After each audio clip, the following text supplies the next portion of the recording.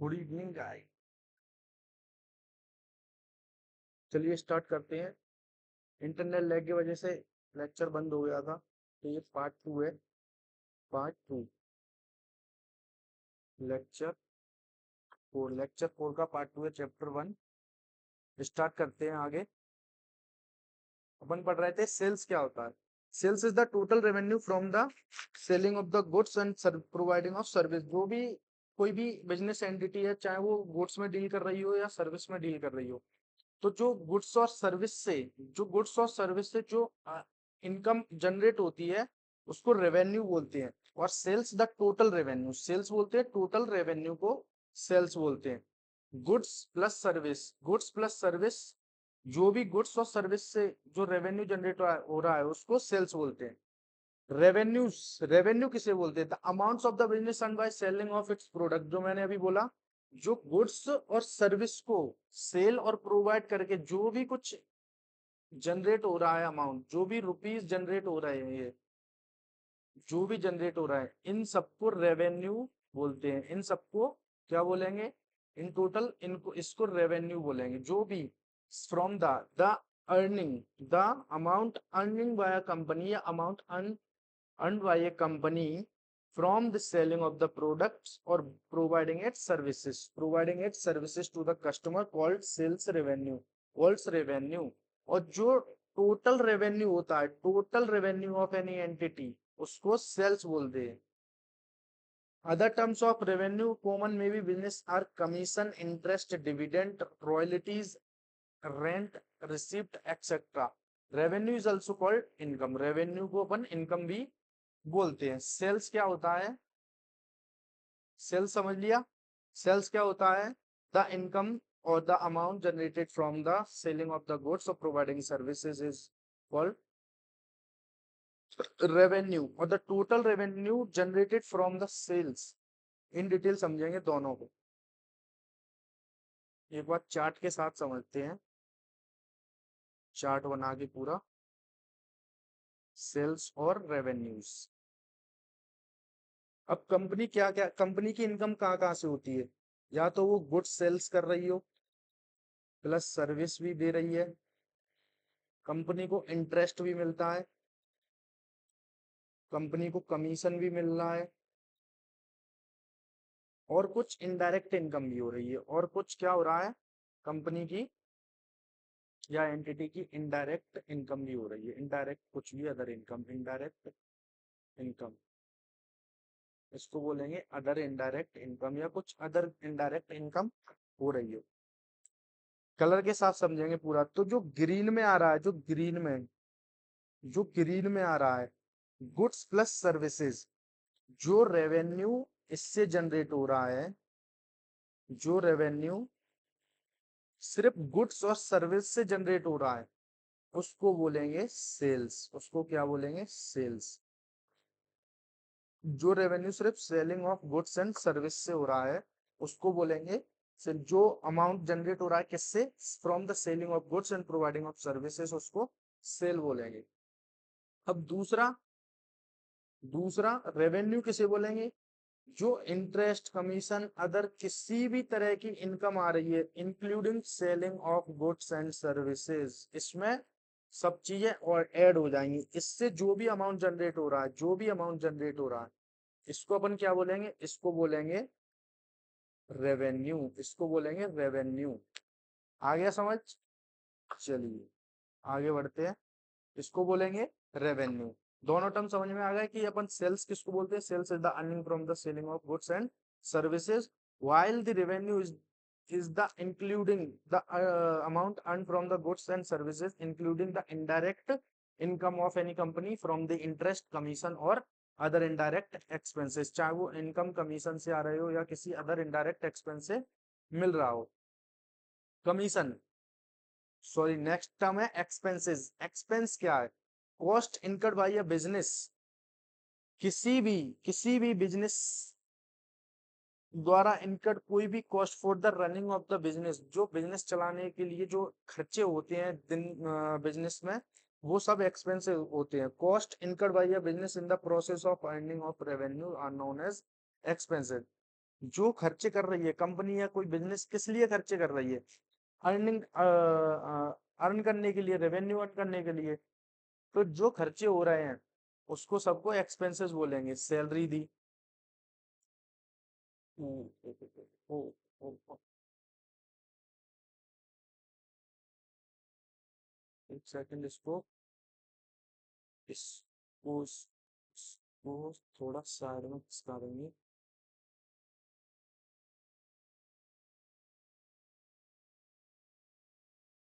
ठीक।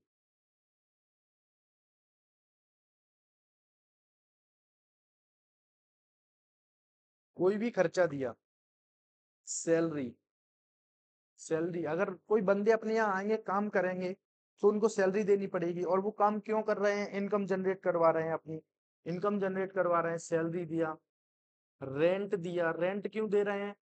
उस प्रीमाइसेस पर या उस बिल्डिंग पर, उस लैंड पर अपन बिजनेस रन कर रहे हैं तो उसके लिए रेंट दे रहे हैं। जो भी बिजनेस रन करने के लिए जो भी एक्सपेंसेस होते हैं या इनकम अर्न करने के लिए जो भी एक्सपेंसेस होते हैं वो सभी एक्सपेंसेस, उन्हें अपन एक्सपेंसेस कहते हैं। Spending money for income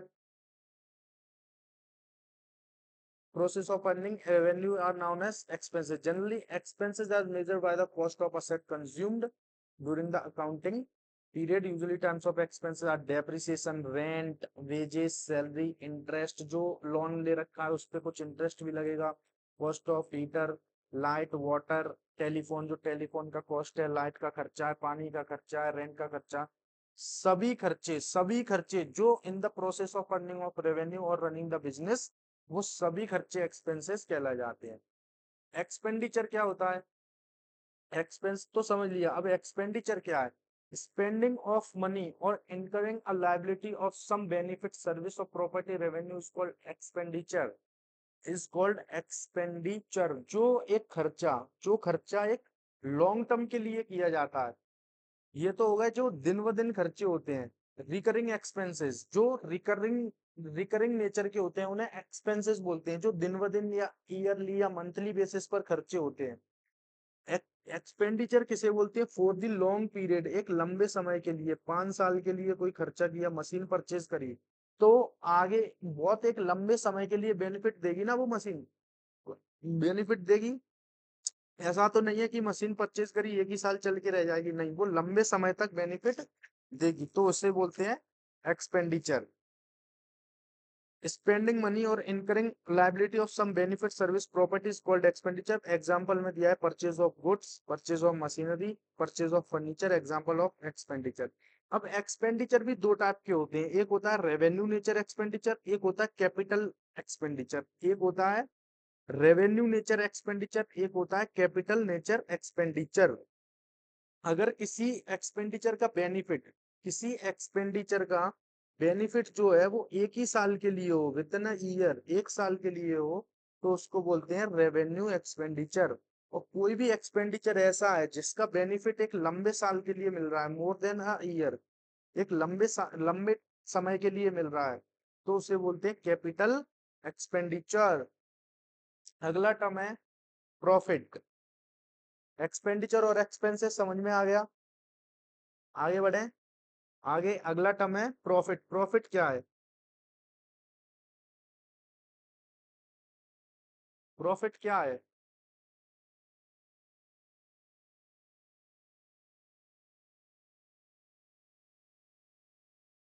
profit क्या है? Mr Bean, Mr Bean, Mr Bean एक बिजनेस स्टार्ट करता है पेन सेलिंग का। किसका? पेन सेलिंग का। पेन बेचता है। तो आज वो 500 रुपए की पेन खरीद के लाया। 500 रुपए की पेन उसने परचेज करी 500 रुपए की। वही 500 रुपए की पेन, वही 500 रुपए की पेनों पे उसने क्या किया? 5 रुपए खर्चा किया। जब वो बाजार लेने गया, कुछ लेने गया, तो उसने 10 रुपए का वो खर्चा किया, 10 रुपए का वो खर्चा किया। फिर उसने 40 रुपए पेन को कुछ एक्स्ट्रा ऐड किया, पेन को कुछ और एक्स्ट्रा ऑनरी बनाने के लिए कुछ उसने अपना कुछ एक एक्स्ट्रा ऐड किया, कुछ भी उसमें एक लगा दिया पेन में। तो वो उसका टोटल खर्चा कितना हो गया 550, क्योंकि ये भी ऐड होगा। वही 500 रुपए की पेन, वही 500 रुपए की पेन उसने 700 रुपए में सेल कर दी, 700 रुपए में सोल्ड, बेच दी उसने 500 रुपए की पेन। तो जो 500 और ये खर्चा हुआ तो उसका टोटल खर्चा कितना हो गया 550। जो भी 700 माइनस 550 कितना बचा 150 रुपीज। जो भी 150 रुपीज उसके पास बचे वो उसका प्रॉफिट हो गया, इसी को प्रॉफिट बोलते हैं। The the excess of revenue for a period, the excess of revenue for a period from its expenses, उसका खर्चा कितना था 550, जबकि उसने रेवेन्यू कितना करा 700। तो जो भी खर्चे से ज्यादा जितना रेवेन्यू होता है, जितना ज्यादा रेवेन्यू होता है खर्चे से ज्यादा उसको प्रॉफिट बोलते हैं। जैसे 150 रुपए, इसको मुनाफा, हिंदी में बोलेंगे मुनाफा। गेन क्या है, प्रॉफिट एंड गेन, दो टर्म है। Profit that arises from events और transaction which are incidental to business such as a sale of fixed asset। Profit तो हो गया revenue from for a period, over it's related expenses during an accounting year. ये इन recurring in nature है, हर साल जो होता है। गेन क्या है, गेन क्या है इंसिडेंटल, जो एक अचानक से कुछ, एक अचानक से अर्निंग हो गई अपनी, अचानक से कुछ अर्निंग हो गई। जैसे from sale of fixed asset, कोई अपन ने फिक्स्ड असेट बेची तो वो प्रॉफिट में चलेगी। जैसे एक मशीन खरीदी, मशीन खरीदी 7 लाख की, कितने की खरीदी 7 लाख की, 2 साल यूज करी, रिपेयर विपेयर किया, लेकिन एक अच्छी कंडीशन में अपने पास रखी रही, तो वही मशीन 7,20,000 की बेच दी। अज्यूम कर रहे हैं कोई भी किसी भी तरह का डेप्रिसिएशन चार्ज नहीं किया है, तो उसकी कॉस्ट 7 पे 7 रखी हुई थी, तो वो मशीन 7,20,000 रुपए की बेच दी। तो जो ये इंसिडेंटल है, ये अपना डेली का काम नहीं है, बिजनेस का किसी का भी डेली का काम नहीं है। मशीन वो क्यों खरीदेगा कोई एंटिटी, प्रोडक्शन करने के लिए, लेकिन उसने वो प्रोडक्शन किया अपना बढ़िया, तो उसको लगा कि ये मशीन बेचनी चाहिए, तो उसने ये मशीन 7,20,000 की बेच दी। तो जो इसका जो मार्जिन है 20 लाख, कितना वो 20,000 20K जो मार्जिन है, ये उसका गेन कहलाया जाएगा। इसको वो क्या बोलेंगे, गेन।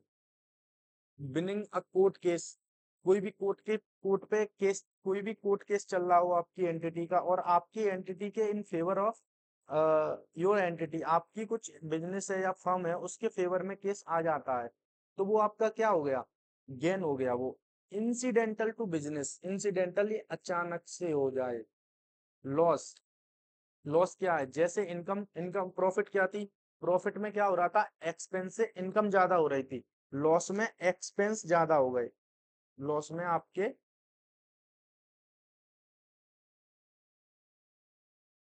लॉस में क्या है आपके expense is more than your income, income कम, इनकम कम एक्सपेंस ज्यादा। प्रॉफिट में क्या था, इनकम ज्यादा एक्सपेंस कम। Income is less than the, oh sorry, income is more than the expense, तो बोलेंगे profit where is the expense is more than the income, income कम है प्रॉफिट ज्यादा है, वो इनकम कम है एक्सपेंस ज्यादा है, तो उसको क्या बोलेंगे लॉस। जैसे मिस्टर बिन 500 रुपए की खरीद के लाया पेन, उसने कुछ अलग से कुछ अपना खर्चा वर्चा ऐड किया, उसको बेचने में जो भी लगा 550, लेकिन उसने सिर्फ 400 रुपए की बेच पाई वो पेन, कितने की, पूरी पेन बिक गई, कोई भी इसके पास स्टॉक नहीं बचा, और उसका रेवेन्यू कितना हुआ 400। तो जो 550 और 400 के बीच का, 450 बोलते हैं नहीं, 150 में वो कंफ्यूजन हो जाएगा। तो जो 100 रुपए का मार्जिन बचा, जो 100 रुपए का मार्जिन रहा, तो उसको लॉस बोलेंगे, क्योंकि उसके एक्सपेंस भी रिकवर नहीं हो पाए उससे, तो उसको एक्सपेंस भी उसके रिकवर नहीं हो पाए, तो ये लॉस था। Excess of expenses for a period over its relative revenues, revenue से ज्यादा खर्चे हो जाए, कमाई से ज्यादा खर्चे हो जाए, तो उसको एक्सपेंसेस बोलते हैं।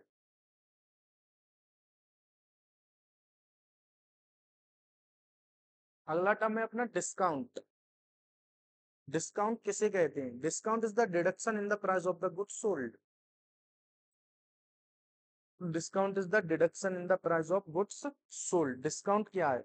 किसी भी गुड्स पर, किसी भी गुड्स पर कुछ डिडक्ट कर देना उसकी वैल्यू में। जैसे एक, जैसे एग्जांपल से समझेंगे, Mr B, Mr B for Bean.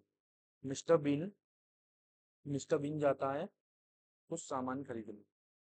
Mr Bean जाता है क्या खरीदने? एक बैट, क्रिकेट बैट।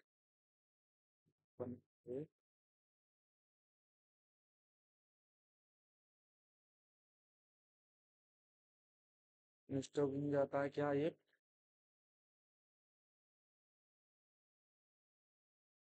नाइकी का क्रिकेट बैट खरीदने।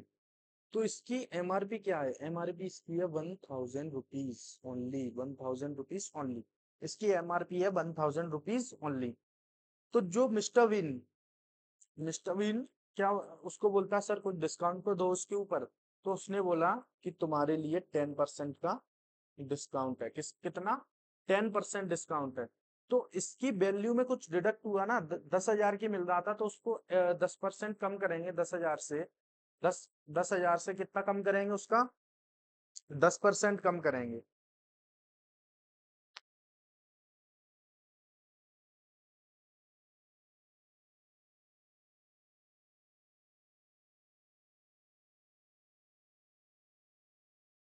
उसका 10% कम करेंगे। कितनी प्राइस थी उसकी बैट की? 1,000, लेकिन उसको 10% क्या मिला?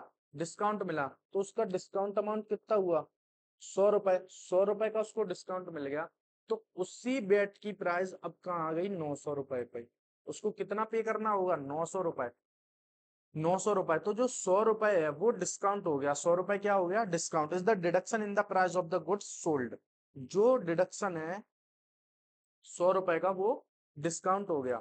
Offering deduction of agreed percentage to list price of any item sold goods in one way by giving discount. जो भी लिस्टेड प्राइस होती है, बैट की लिस्टेड प्राइस क्या थी? 1000 रुपीज। उस पे जो एक परसेंटेज चार्ज भैया 10%, वो क्या हो गया? डिस्काउंट। अब डिस्काउंट दो टाइप के होते हैं। डिस्काउंट कितने टाइप के होते हैं? दो। एक होता है ट्रेड डिस्काउंट, एक होता है कैश डिस्काउंट।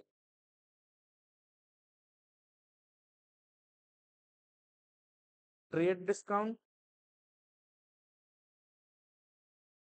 ट्रेड डिस्काउंट और कैश डिस्काउंट। दो टाइप के डिस्काउंट होते हैं, ट्रेड डिस्काउंट और cash discount. Trade discount books में रिकॉर्ड नहीं करा जाता है। Note, note recorded in the books, not recorded in the books, recorded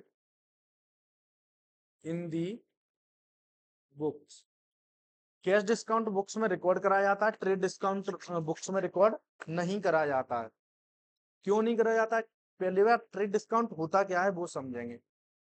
trade discount होता है before the finalisation of our transaction. किसी भी ट्रांजेक्शन को फाइनल करने से पहले या डील फिनिश करने से पहले जो भी अपन डिस्काउंट लेते हैं, जो भी खिचखिच मरमर करते हैं दुकान वाले के साथ, वो होता है ट्रेड डिस्काउंट। क्या? Before finalisation of our, before finalisation of transaction, कि हाँ हम इस चीज को खरीद रहे हैं, या फिर purchase, before finalisation of purchase या सेल। जैसे मिस्टर बी गया, मिस्टर बी ने क्या खरीदा? एक बैट। उसने बोला ये बैट कितने का है? उसने बोला 10,000 का।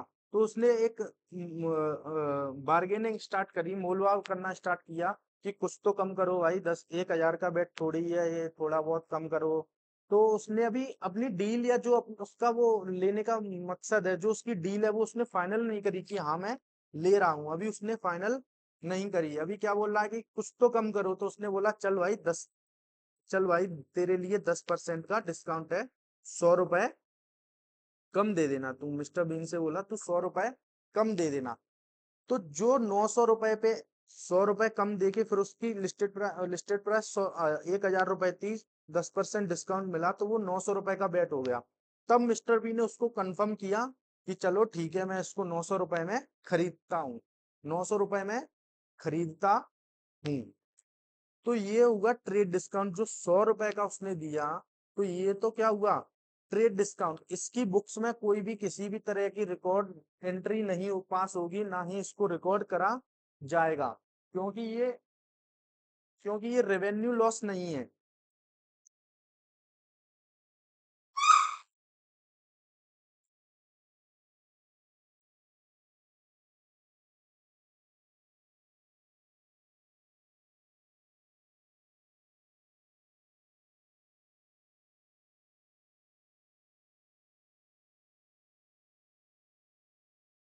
इसकी कोई एंट्री नहीं होगी ट्रेड डिस्काउंट की। लेकिन जब आफ्टर फाइनलाइजेशन कोई भी डिस्काउंट मिलता है, जैसे ये यहाँ से 900 में मान गया कि चलो ठीक है मुझे 900 में दे दो, लेकिन उसके बाद उसने बोला कि मैं लेकिन 900 रुपए आपको अभी नहीं दे सकता, मेरे पास अभी 900 रुपए नहीं है, मैं आपको 15 दिन में 900 रुपए दे दूंगा, 15 दिन में 900 रुपए दे दूंगा। तो दुकान वाले ने बोला नहीं नहीं भाई, 900 रुपए तो मुझे अभी चाहिए, 900 रुपए तो मुझे अभी चाहिए, भले तू उसमें 50 रुपए कम दे देना, भले तू उसमें 50 रुपए कम दे देना। तो जो 50 रुपए का अलग से उसने डिस्काउंट दिया, वो क्या हुआ, कैश डिस्काउंट। उसने 50 रुपए जो अलग से डिस्काउंट दिया, ये हुआ कैश डिस्काउंट। क्या बोला दुकान वाले ने मिस्टर बीन से कि तू भले 50 रुपए कम दे देना, मुझे 850 दे दे, लेकिन तू अभी रुपए दे के जा, लेकिन तू अभी रुपए के दे के जा। तो ये जो 850 का उसको बेट कितने का पड़ा, 850 का, तो जो 50 रुपए था वो क्या हुआ उसके लिए, कैश डिस्काउंट। ठीक है, डिस्काउंट समझ में आ गया। ट्रेड डिस्काउंट कब मिलता है, ऐसे ही कोई एक क्वांटिटी पे ट्रेड डिस्काउंट नहीं मिलता है, जनरली ट्रेड डिस्काउंट मिलता है होलसेल पर। अगर आप कुछ होलसेल परचेज कर रहे हो तो ये पढ़ लेते हैं एक बार, जो समझाया क्या वही लिखा है। Such discount is called as trade discount, it is generally offered by manufacturing to wholesaler and by wholesalers to retailers after selling the product on credit basis. The debtors may given certain deduction in amount due in case the pay the amount within the stipulated period or earlier। क्या बोला, ये discount cash discount क्यों दिया जाता है, Mr been को cash discount क्यों दिया गया था, ताकि वो कैश जल्दी दे दे, अभी के अभी पूरा पेमेंट करके जाए। दुकान वाले ने क्या बोला था, भाई तू 50 रुपए कम दे दे, लेकिन अभी रुपए दे के जा। तो ये कैश डिस्काउंट क्यों दिया जाता है, ताकि लोग जल्दी से जल्दी पेमेंट करें इन स्टिपुलेटेड और फिक्स टाइम पे। किसी ने 5 दिन बोला तो 5 दिन में कर जाए। This deduction is given at the time of the payment amount payable, hence it is called as cash discount. Cash discount act as incentive the encourages the promote payment of the debtors। ये क्यों दिया जाता है, ताकि debtors का payment promote करने के लिए वो पेमेंट टाइम से करें। नेक्स्ट हमें वाउचर। वाउचर क्या होता है, the documentary evidence in support of a transaction is known as voucher. जिसके बेसिस पे हम एंट्री पास करेंगे, एक डॉक्यूमेंट जिसके बेसिस पे हम एंट्री पास करेंगे उसको वाउचर बोलते हैं। If we buy goods for cash we get cash memo, if we buy on credit we get invoice, when we make the payment we get a receipt and so on. अगर हमने कोई भी चीज खरीदी तो उसका पेमेंट करेंगे तो अपने को क्या मिलेगा, बिल मिलेगा, बिल। तो जो बिल के बेस पे टैली में एंट्री जाएगी, बिल के बेस पे टैली में एंट्री जाएगी। तो जो बेस ऑफ एंट्री होता है, एंट्री ऐसे नहीं चली गई, यहाँ मैंने पास कर दी एंट्री आज 10,000 का कुछ परचेज किया, ऐसे नहीं। जो सोर्स रहता है उसको वाउचर बोलते हैं, जिसके डॉक्यूमेंट्री एविडेंस बोलते होता है ये। गुड्स, गुड्स क्या है, गुड्स इज प्रोडक्ट। गुड्स क्या है, it refers to the products in which the business unit is dealing, in which the business unit is dealing। Product क्या है, ऐसा सामान, ऐसी वस्तु जिसमें कोई भी बिजनेस डील कर रहा हो। अगर कोई कपड़े का बिजनेस है, क्लोथिंग का बिजनेस है, टेक्सटाइल, कोई टेक्सटाइल का बिजनेस है, टेक्सटाइल बिजनेस है, तो उसके लिए क्लॉथ्स क्या हो गए, गुड्स। गुड्स किसको बोलते हैं, जिसमें वो in the ordinary course of the business deal कर रहा हो। फार्मास्यूटिकल्स है,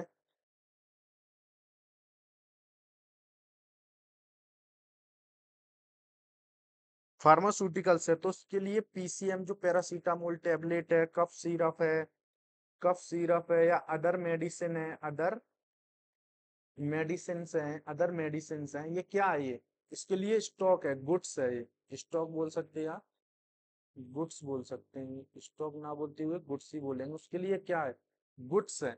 ऐसे ही other other business, goods depend करता है बिजनेस टू बिजनेस। अगर कपड़ों का बिजनेस है तो उसके लिए, टेक्सटाइल का बिजनेस है तो उसके लिए क्लोथ जो कपड़े वो बिजनेस है। अगर फार्मास्यूटिकल्स का किसी का इन डील वो फार्मास्यूटिकल बिजनेस एंटिटी है तो उसके लिए जो उसके पास मेडिसिन है वो उसका गुड्स बोलेंगे, वो गुड्स बोले जाएंगे। अगर स्टेशनरी शॉप है तो उसके पास जितना भी बुक, ड्राइंग, पेन, पेंसिल जो ये सब है वो उसको स्टॉक बोलेगा, गुड्स बोलेगा। In terms of which is buying and selling in the product, जो उसमें डील कर रहा है उसे खरीदने में और बेचने में, तो उसको गुड्स बोलेंगे। The item that are purchase for the use of the business are not called goods, जो बिजनेस के यूज के लिए आइटम यूज होता है, परचेज करा जाता है, उसको गुड्स नहीं बोलते हैं। For example, for a furniture dealer purchase of chair and tables stumped as goods, अगर किसी का फर्नीचर का काम है या किसी फर्नीचर का कोई डीलर है तो वो चेयर को परचेज कर रहा है और खरीद रहा है, उसके लिए वो गुड्स हो जाएगा। जबकि जबकि एक कोई स्टेशनरी शॉप वाला है, वो फर्नीचर लगवा रहा है अपनी दुकान पे, तो वही फर्नीचर उसके लिए असेट बनेगा। क्यों? क्योंकि वो उसका in the ordinary course of business क्या है, उसका स्टेशनरी में डील करना, पेन पेंसिल किताबें खरीदना और बेचना। जो उसने फर्नीचर लगवाया है वो तो एक लंबे टाइम के लिए उसको यूज में रहेगा, तो वही फर्नीचर एक फर्नीचर डीलर के लिए गुड्स होता है, लेकिन एक स्टेशनरी शॉप या कोई अदर बिजनेस के लिए वो क्या होगा, असेट बन जाएगा। तो गुड्स समझ में आया क्या होता है, जो वो ordinary course of the business या रोज की बिजनेस में जो खरीद बेच रहा है उसको गुड्स बोलते हैं। While for other furniture and treat is as asset, क्या बोला, अदर बिजनेस के लिए वो फर्नीचर एक संपत्ति के रूप में माना जाएगा। Similarly for a stationery merchant stationery is goods, अगर एक स्टेशनरी मर्चेंट है, कोई कॉपी किताब पेन पेंसिल में डील कर रहा है, तो उसके लिए स्टेशनरी जो कॉपी किताब पेन पेंसिल है वो गुड्स है। लेकिन अदर बिजनेस के लिए ये क्या है, खर्चा है। अगर जो फर्नीचर डीलर है उसने एक किताब खरीदी, बही खाता जिसपे वो अपना पूरा रिकॉर्ड मेंटेन कर रहा है, उसके लिए क्या है, उसके लिए खर्चा है, उसके लिए गुड्स नहीं माने जाएंगे। उसके लिए गुड्स क्या है, उसके लिए गुड्स चेयर और टेबल है। ठीक है। नेक्स्ट हम पढ़ेंगे ड्राइंग्स। ड्राइंग्स क्या होता है, जो भी एक बिजनेस का ओनर होता है, बिजनेस का ओनर कोई भी अमाउंट या कोई भी काइंड में चीज, वस्तु, in kind withdrawal of money और goods by the owner from the business, या तो वह एक कैश विड्रॉ करता है बिजनेस से, या वह एक गुड्स विड्रॉ करता है बिजनेस से for the personal use. Main चीज क्या होनी चाहिए, इसका मेन चीज अपन फोकस रखते हैं पर्सनल यूज। अगर खुद के खर्चे के लिए या खुद के यूज के लिए उसने चाहे पैसा या गुड्स कुछ भी विड्रॉ किया है फ्रॉम द बिजनेस, तो वो ड्रॉइंग्स कहलाया जाता है। मेन फोकस यहाँ कहाँ क्या देखते हैं अपन, पर्सनल यूज देखते हैं, उसका यूज क्या, वो खुद के यूज के लिए ले रहा है। अगर उसका पर्सनल यूज है तो उसको ड्रॉइंग्स बोलेंगे। Drawings reduces the investment of the owner, ये कैपिटल से माइनस होता है तो ये कैपिटल को रिड्यूस करता है। इन्वेस्टमेंट ऑफ द ओनर, ये कैपिटल को इन्वेस्ट करता है। परचेज, नेक्स्ट टर्म है परचेज। परचेज किसे बोलते हैं, purchase is the total amount of goods, purchase is the total amount of goods produced by a business on credit and on for cash, जो in day to day business deal कर रहा हो उसके लिए जो सामान खरीदता है उस सबको परचेज बोलते हैं, उन सभी को परचेज बोलते हैं। लेकिन जो खर्चा हो गया उसको एक्सपेंस बोलेंगे। तो जैसे एक एग्जांपल से समझेंगे, स्टेशनरी, एक स्टेशनरी शॉप है, पेन पेंसिल, तो वो 500 पेन खरीदता है, 100 रजिस्टर खरीदता है, 50 कलर पेन खरीदता है, 20 एग्जाम पैड खरीदता है, तो ये उसका परचेज बोला जाएगा, ये सब परचेज बोला जाएगा। लेकिन जो वो अन्य खर्चे करता है इसको क्या बोलेंगे, परचेज बोलेंगे। लेकिन वो रेंट देता है, लाइट बिल देता है, तो इसको एक्सपेंस बोलेंगे। जो रेंट बिल ये सब एक्सपेंस बोलेंगे। जो डायरेक्ट डायरेक्ट नेचर का जो एक्सपेंस होता है, डायरेक्ट नेचर का जो होता है, अपन उस गुड्स में डील कर रहे हो कोई भी, जैसे वो स्टेशनरी शॉप है, पेन पेंसिल रबर इरेजर इन सब में डील कर रहा है, स्टेशनरी शॉप है, तो वो जब पेन पेंसिल रबर इरेजर इन सबको खरीदेगा, ट्रेडिंग कंसर्न विद है, ट्रेडिंग कंसर्न उसका ऑब्जेक्टिव क्या है, इन चीज को ट्रेड करना, बेचना, खरीद के बेचना, तो उसको परचेज बोलेंगे। यूज फॉर सेल, जो सेल के लिए यूज करते हैं, trading concern purchase made by the merchandise for resale without any proceeding, उसका ऑब्जेक्टिव ही होता है उनको रीसेल करना। एक स्टेशनरी शॉप है, वो इतनी चीज खरीद के लाया, pen pencil register colour pen exam pad, तो उसका ऑब्जेक्टिव मोटिव क्या है, इनको रीसेल करना। तो जिसका ऑब्जेक्टिव रीसेल होता है, वो चीजें क्यों खरीद रहा है, रीसेल करने के लिए, तो उसे परचेज बोलेंगे। स्टॉक इज द इन्वेंट्री, अगला टर्म है stock. Stock inventory is a measure of something on hand of goods, जो गुड्स खरीदे जाते हैं, गुड्स अपन ने टर्म पढ़ा, गुड्स पढ़ा, गुड्स क्या होता है, जो बाय और सेल, जो खरीदे जाते हैं भाई कंपनी कंपनी द्वारा किसी भी चीज को खरीदने में और बेचने में, in the course of the business deal करती है, उसको गुड्स बोलते हैं। एग्जाम्पल से समझा था, स्टेशनरी शॉप और फर्नीचर, फर्नीचर वाले के लिए चेयर और टेबल गुड्स है, जबकि स्टेशनरी शॉप वाले के लिए pen pencil rubber eraser goods है, और चेयर और फर्नीचर क्या है, फिक्स्ड असेट। तो जो गुड्स साल के अंत में बचता है, इन हैंड गुड्स होता है, उसको इन्वेंट्री बोलते हैं, in hands. And other items in a business, in hand, पूरी साल काम किया, परचेज सेल होता रहा, परचेज हुआ, सेल हुआ, purchase sale, purchase sale, purchase sale होता रहा। तो यहाँ क्लोजिंग स्टॉक बचा, क्लोजिंग स्टॉक, जो क्लोजिंग गुड्स बचे आपके पास, क्या बचे, आपने पूरा साल में 5 लाख का माल खरीदा, 4.5 लाख का बेच दिया। कॉस्ट की बात कर रहा हूं मैं, एट कॉस्ट, एट कॉस्ट दोनों तरफ। तो जो एट कॉस्ट आपके पास 50,000 का माल बचा, इसको आप इन्वेंट्री बोलेंगे, इसको क्या बोलेंगे, इन्वेंट्री बोलेंगे। It is called stock in hand. In a trading person, the stock on hands is the amount of goods which are lying unsold, जो कि नहीं बेचा। परचेस क्यों किया, बेचने के लिए, सेल करने के लिए, लेकिन सेल कितना हो पाया, सिर्फ 4.5 लाख का। तो जो 50,000 का आपके पास जो अमाउंट, 50,000 अमाउंट का जो आपके पास माल पड़ा है, गुड्स पड़े हैं, उसको स्टॉक बोल सकते हैं, उसको स्टॉक और इन्वेंट्री बोलेंगे। Eight the end of an accounting period, जो अकाउंटिंग पीरियड के एंड में आपके पास जो क्लोजिंग स्टॉक बचता है, एग्जांपल में समझा था, 50,000 का जो क्लोजिंग स्टॉक बचता है, उसको स्टॉक और इन्वेंट्री बोलेंगे। In a manufacturing company the closing stock comprises, जो मैन्युफैक्चरिंग कंपनी है उसमें 3 टाइप का स्टॉक बचता है। क्या क्या स्टॉक होता है मैन्युफैक्चरिंग कंपनी में,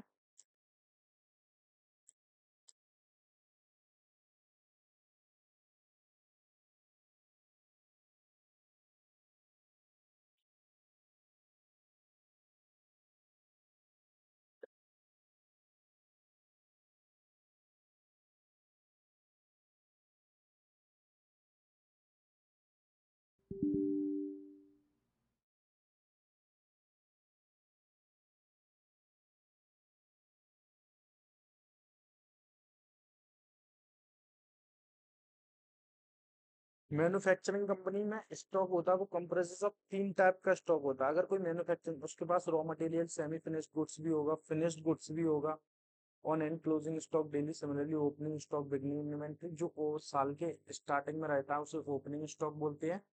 जैसे ये जो 50,000 का आपके पास स्टॉक बचा था इस साल के एंड में, तो जो नेक्स्ट फाइनेंशियल ईयर स्टार्ट होगी, तो इसके स्टार्टिंग में यही तो स्टॉक आएगा, 50,000 का आएगा या नहीं, ये 50,000 का आएगा। तो ये क्लोजिंग स्टॉक हुआ, तो ये ओपनिंग स्टॉक बोला जाएगा, OPENING, इसको ओपनिंग स्टॉक बोलेंगे। ये तो हो गया कंसेप्ट ओपनिंग और क्लोजिंग स्टॉक का। अब एक समझेंगे मैन्युफैक्चरिंग में, मैन्युफैक्चरिंग में स्टॉक के 3 टाइप्स होते हैं, क्या होते हैं, तीन, एक दो तीन, तीन कौन कौन से, raw material, semi finished goods, semi finished goods, इसको वर्क इन प्रोग्रेस भी बोलते हैं, वर्क इन प्रोग्रेस, WIP का फुल फॉर्म है वर्क इन प्रोग्रेस। और तीसरा फिनिश्ड गुड्स। एक कपड़े की बिजनेस है, कोई भी एक टेक्सटाइल बिजनेस है, किसकी बिजनेस है? टेक्सटाइल, टेक्सटाइल मैन्युफैक्चरिंग, कपड़े बनाती है, जींस पैंट शर्ट्स, ये टेक्सटाइल मैन्युफैक्चरिंग। तो इसका रॉ मटेरियल क्या क्या होगा? रॉ मटेरियल क्या क्या होगा? यार्न, धागा, क्लॉथ, जो उसके पास कपड़े रहते हैं, कपड़े, कलर्स, जो पैंट में कलर्स दिए जाते हैं, कलर्स, बटन्स, जो शर्ट में पैंट्स में जो बटन्स लगाए जाते हैं, चेन्स, जिप, चेन्स और जिप, ये सब इसका रॉ मटेरियल होगा। क्योंकि एक जो पेंट बनेगा फिनिश्ड गुड्स में, जो आपका एक फिनिश्ड गुड्स में,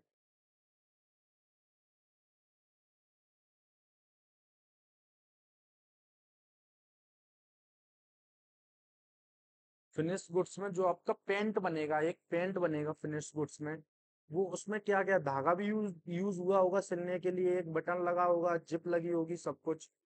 तो जो आपका रॉ मटेरियल यूज होता, रॉ मटेरियल यूज करके ही तो फिनिश गुड्स बनेगा। तो साल के एंड में ऐसा नहीं है कि पूरा रॉ मटेरियल यूज हो जाएगा, इनमें से भी कुछ बचेगा, WIP भी कुछ बचेगा, फिनिश गुड्स भी कुछ बचेगा। तो जो साल के एंड में रॉ मटेरियल से बचता है, रॉ मटेरियल से बचता है, उसको बोलते हैं क्लोजिंग रॉ मटेरियल या closing inventory of raw material. क्या बोलेंगे?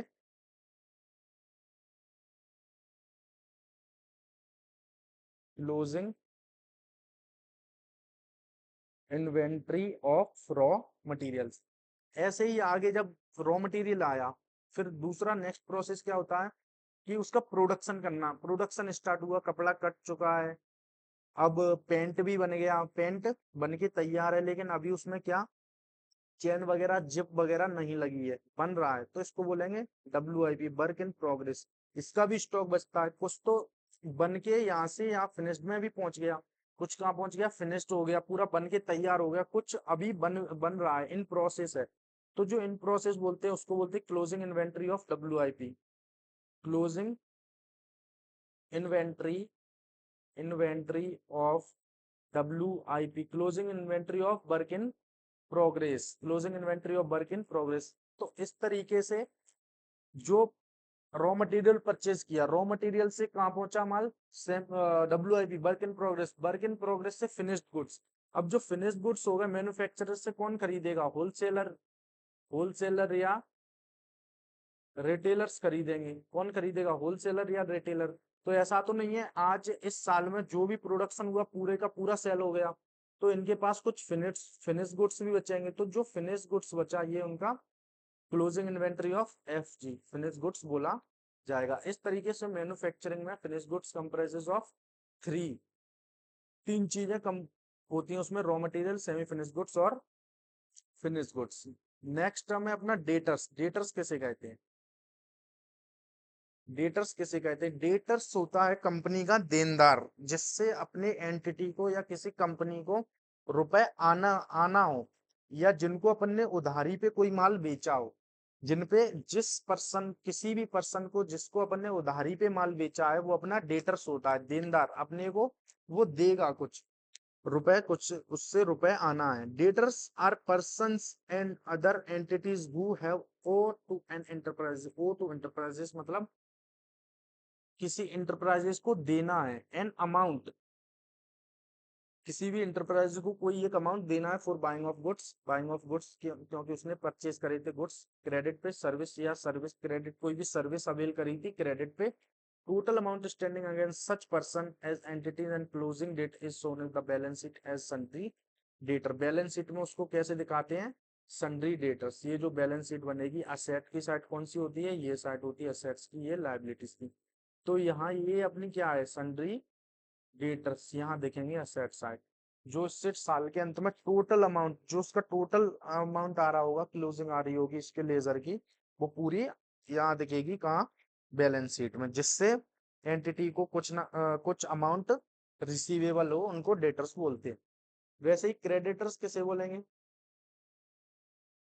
क्रेडिटर्स, क्रेडिटर जैसे डेटर्स होता है जिससे एक एंटिटी को पैसा रिसीव होना है या रिसीवेबल है, वैसे ही क्रेडिटर्स होता है जिसको पैसा देना है, पेबल है, एक एंटिटी जिसको पैसा देना है, बिल्कुल डेटर्स का उल्टा। जैसे डेटर्स जिससे रिसीवेबल है, क्रेडिटर्स होता है जिसको पेबल है। डेटर्स जिसको उधार में माल बेचा, क्रेडिटर्स होता है जिससे उधार में माल खरीदा, जिससे उधार में माल खरीदा। Creditors are the person that our entities have to be paid, have to be paid an enterprises amount for providing them enterprises goods or service, या उससे अपन ने कोई भी सर्विस अवेल करी है या कोई भी उससे गुड्स खरीदा है in on credit, on credit. The total amount standing on the favour of such person as entities on closing stock. अब बताइए आप इसको क्या बोलेंगे? जब डेटर्स असेट है, डेटर्स असेट है तो क्रेडिटर्स क्या होगा? लाइबिलिटी होगा। क्रेडिटर्स क्या होगा? लाइबिलिटीज होगा। अगर डेटर से लेना है तो क्रेडिटर को देना है, तो वैसे ही ये क्रेडिटर्स का बैलेंस शीट में sundry creditors on liability side, ये लाइबिलिटी साइड में शो होते हैं, शो होते हैं। टेक्स्ट योर नॉलेज, ये कुछ एक समरी टाइप है, सॉल्व करेंगे, कुछ क्वेश्चन है इसमें। मिस्टर सनराइज पूरा समझ में आया? चैप्टर यहाँ पर फिनिश होता है अपना first chapter, introduction of accounting. सभी टर्म समझ में आए? हाँ या ना? सभी टर्म समझ में आए? जो जो टर्म्स पढ़े थे सभी, प्रॉफिट, एक्सपेंडिचर, एक्सपेंसेस, एक्सपेंडिचर के टाइप दो होते हैं, रेवेन्यू नेचर और कैपिटल नेचर। अगर समझ में आए तो ये एक छोटा सा क्वेश्चन सॉल्व करेंगे।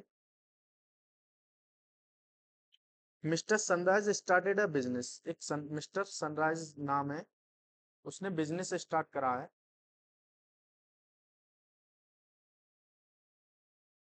Mr Sunrise started a business for buying and selling of stationery. उसका बिजनेस क्या है?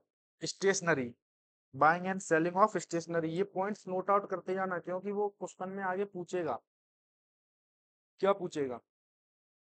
कि उसका स्टॉक क्या है, उसकी असेट्स क्या है। तो स्टॉक कैसे पता कर पाएंगे? जब अपन को पता होगा कि वो किस बिजनेस में डील कर रहा है, उसका नेचर ऑफ बिजनेस क्या है, किस चीज में डील कर रहा है, तभी तो अपन डिफरेंशिएट कर पाएंगे कि असेट क्या है, स्टॉक क्या है। तो इस सबको पॉइंट आउट करते जाना। जैसे अपन ने यहाँ सनराइज सेलिंग ऑफ स्टेशनरी, तो वो स्टेशनरी सेल कर रहा है। 5 lakh as a initial investment, उसका शुरुआती इन्वेस्टमेंट कितना है?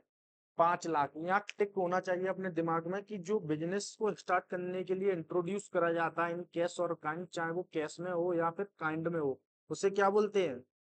क्या बोलते हैं उसे? हाँ, of which he paid 1 lakh for furniture, और उसने 1 लाख का फर्नीचर खरीदा। 2 lakhs for buying of stationery item, और 2 लाख के उसने स्टेशनरी आइटम खरीदे। उसने 5 लाख से बिजनेस स्टार्ट किया, काय का बिजनेस? स्टेशनरी का। उसने 5 लाख में से 1 लाख का फर्नीचर खरीदा, 2 लाख का उसने स्टेशनरी खरीदा। ही एम्प्लॉयड अ सेल्स पर्सन, उसने एक सेल्स पर्सन भी रखा है और एक क्लर्क भी रखा है अपने बिजनेस में। At the end of the month he paid 5,000 as their salary, और वो उनकी 5,000 सैलरी देता है।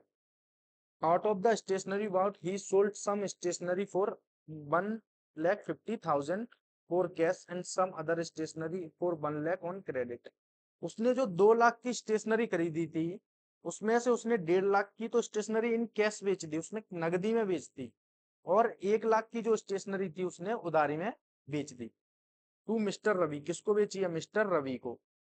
ही bought stationery items 1.50 lakh from Peace, और फिर उसने 1.5 लाख का फिर नया स्टॉक खरीदा मिस्टर पीस से, 1.5 लाख का, और स्टेशनरी खरीदी किससे? मिस्टर पीस से। In the first week of the next month there was a fire accident and he lost 30,000 worth of stationery, और उसके यहाँ कुछ आग लग गई, एक वायर एक्सपायर हुआ और उसके शॉप में आग लग गई। उससे क्या हुआ? उसका 30,000 का स्टेशनरी बर्बाद हो गया, आग लग गई उसमें। A part of the machinery which cost 40 lakh was sold for 45 lakh, और उसके पास एक जो मशीनरी थी 40,000 की, उसने वो कितने की बेच दी? 50,000 की मशीन बेच दी। अब इसमें एक क्वेश्चन पूछ रहा है तो इसके आंसर दो। What is the amount of capital which mister which what is the amount of capital with which mister Sunrise started a business? कितनी अमाउंट से उसने बिजनेस स्टार्ट किया? कितनी अमाउंट से उसने बिजनेस स्टार्ट किया? 5 लाख ऊपर दिया ना, 5 लाख। जो भी बिजनेस स्टार्ट कर इनिशियल इन्वेस्टमेंट होता है उसको क्या बोलते हैं? कैपिटल। अमाउंट ऑफ कैपिटल क्या पूछ रहा है? कैपिटल। जो भी initial investment of the owner for the starting of any business, किसी भी बिजनेस को स्टार्ट करने में ओनर जो भी फर्स्ट टाइम इन्वेस्ट करता है और बीच बीच में इंट्रोड्यूस करता है उसको कैपिटल बोलते हैं। तो इसमें क्या पूछ रहा है? कैपिटल कितना इन्वेस्ट, कितना कैपिटल है उसका? 5 लाख, क्योंकि इधर लिखा है 5 as a initial investment. What are the fixed asset he what? What are the fixed assets he what?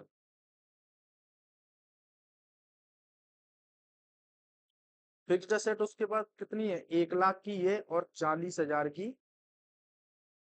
ये। 1 लाख की ये और 40,000 की ये। 1,40,000। 1,40,000 की उसके पास फिक्स्ड असेट्स है। What is the value of the goods purchased? जो उसने वैल्यू गुड्स परचेज करा है उसकी वैल्यू क्या है? अब इधर गुड्स किसको बोलेंगे? गुड्स बोलेंगे स्टेशनरी को, क्योंकि उसका nature of business dealing in the stationery, वो स्टेशनरी में डील कर रहा है। तो उसने कितने का सामान खरीदा था? 2 लाख का तो पहले खरीदा था एक बार, फिर उसने 1.5 लाख का फिर खरीदा था। तो इस पे कितना आंसर आएगा? 3,50,000। Who is the creditor and state the amount payable to him? इसका क्रेडिटर कौन है? क्रेडिटर कौन होता है? क्रेडिटर होता है जिससे हम उधारी में माल खरीदते हैं, जिससे हम उधारी में माल खरीदते हैं। अभी अपन ने पढ़ा था ना टर्म क्रेडिटर, जिससे हम उधारी में माल खरीदते हैं, जिसको पैसा देना होता है। और डेटर कौन होता है? जिससे पैसा लेना होता है, जिसको हम उधारी में माल बेचते हैं। तो जो क्रेडिटर है उसने किससे माल खरीदा था? Mr Peace. Mr Peace. अब वो पूछ रहा है, एक तो नाम पूछ रहा है और अमाउंट पूछ रहा है, दो चीज पूछ रहा है। नाम क्या है? Mister piece. एंड अमाउंट कितना है? 1,50,000। 1,50,000 का उसने माल खरीदा था। What are the expenses? उसके खर्चे कितने हुए? उसके खर्चे कितने हुए? What are the expenses? उसके खर्चे कितने हुए? खर्चे कितने हुए? एक तो उसने सैलरी दी है, 5,000 की सैलरी दी है, और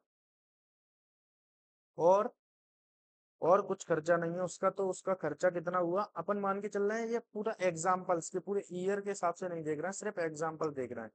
उसका खर्चा कितना हुआ? 5,000।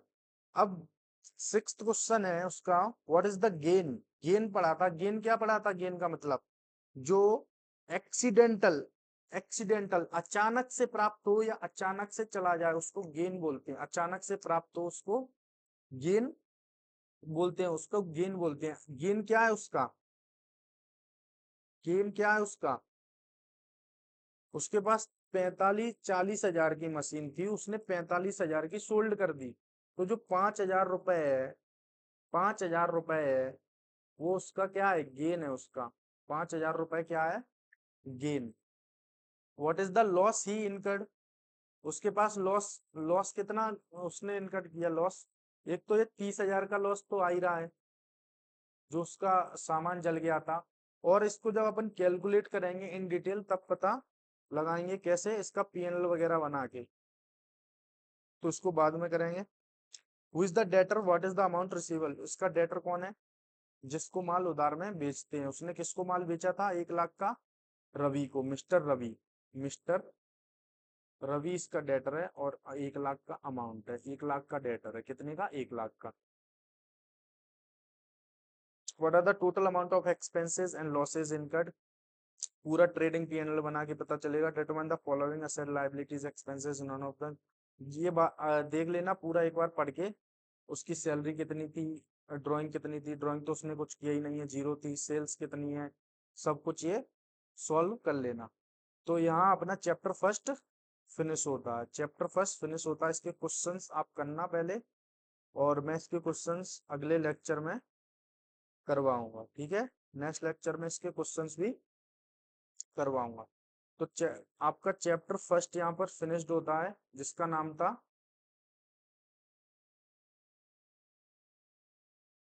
चैप्टर फर्स्ट फिनिश होता है जिसका नाम था introduction, introduction to accounting, introduction to accounting, जिसमें कुछ नहीं, बेसिक बेसिक चीजें थी, अकाउंटिंग क्या होती है, कैसे रिकॉर्ड करते हैं, क्या होता है।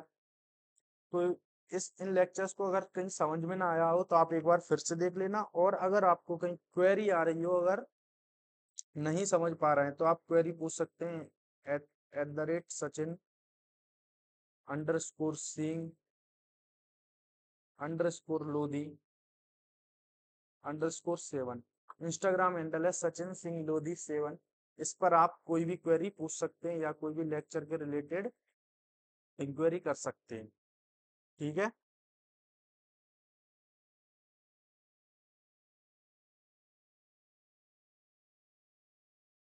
अगला चैप्टर, अगली नेक्स्ट चैप्टर क्या होगा जो अपन अगले लेक्चर में पढ़ेंगे, यहाँ यहाँ ये चैप्टर फर्स्ट अपना कंप्लीट होता है, इंट्रोडक्शन टू अकाउंटिंग। अगला चैप्टर होगा theory base of accounting, theory base of accounting, जो कि अपन अगले लेक्चर में पढ़ेंगे। चैप्टर फर्स्ट के कितने लेक्चर हो गए, चार, चार लेक्चर हैं, जहाँ चौथे लेक्चर के दो पार्ट होंगे, पार्ट 1 और पार्ट 2। तो चैप्टर फर्स्ट पहले पूरा देखना, उसी के बाद चैप्टर 2 पे जाना, ठीक है। आज के लिए बस इतना ही। Thank you guys, good night.